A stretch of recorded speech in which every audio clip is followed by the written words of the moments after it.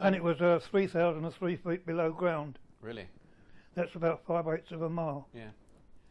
And how long was your working day? I was demobbed in July 1947, 4¼ years. Mm. I was demobbed as if I'd been in the army. We're given the same group numbers. Right.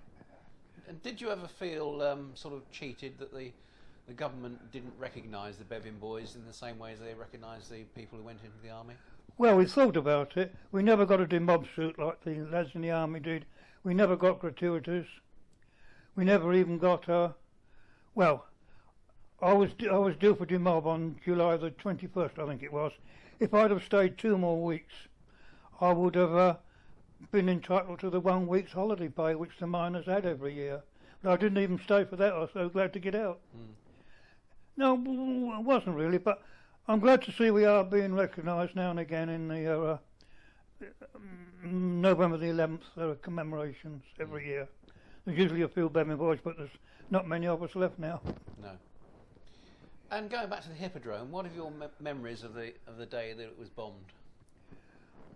I was down there that morning. I left about 11 o'clock, and I went to Snowdown Colliery in the afternoon. And we got to the colliery very late. We had buses from Dover to Snowdown Colliery, and if there was a shelling warning on, we had to report half an hour after the shelling warning finished for the buses to take us out to Snowdown. And that particular day, the buses were running so late. When we got to Snowdown, they said, "Okay, we'll pay you money. You can all go home again." It wasn't worth going down the pit. No.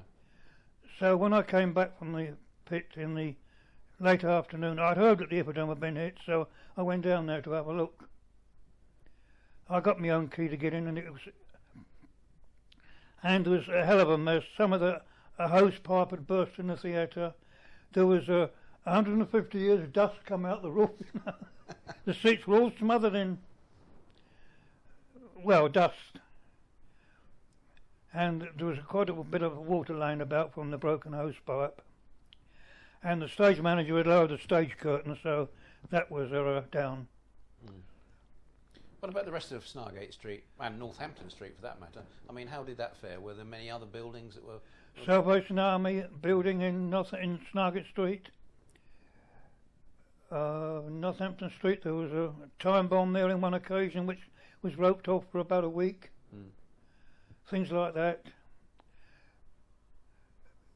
And there was sometimes we had action in the docks behind us, sort of thing. They tried to bomb them. Because the docks actually behind the Hippodrome, that's where they kept the RAF crash launchers, the launchers that went out and picked up the pilots in the channel.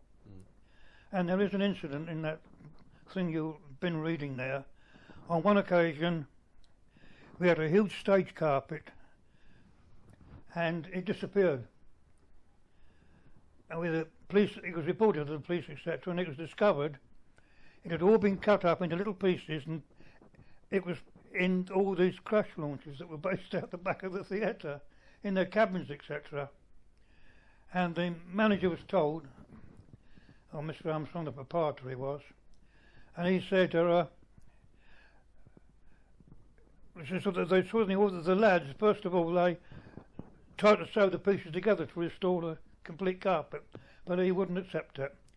So they were told that if they got the money if they could raise the money to pay for the carpet, there would be no prosecution. So they held a ball down at the Lord Walton Hotel, which was an RAF base, and they called it the Carpetbaggers Ball. And they sent the manager a free ticket, which was a bit ironic, but still there was a war on, so it was all accepted. And they paid for the carpet. Actually, I've got one of the tickets with me, actually, that Good. was issued for that particular dance.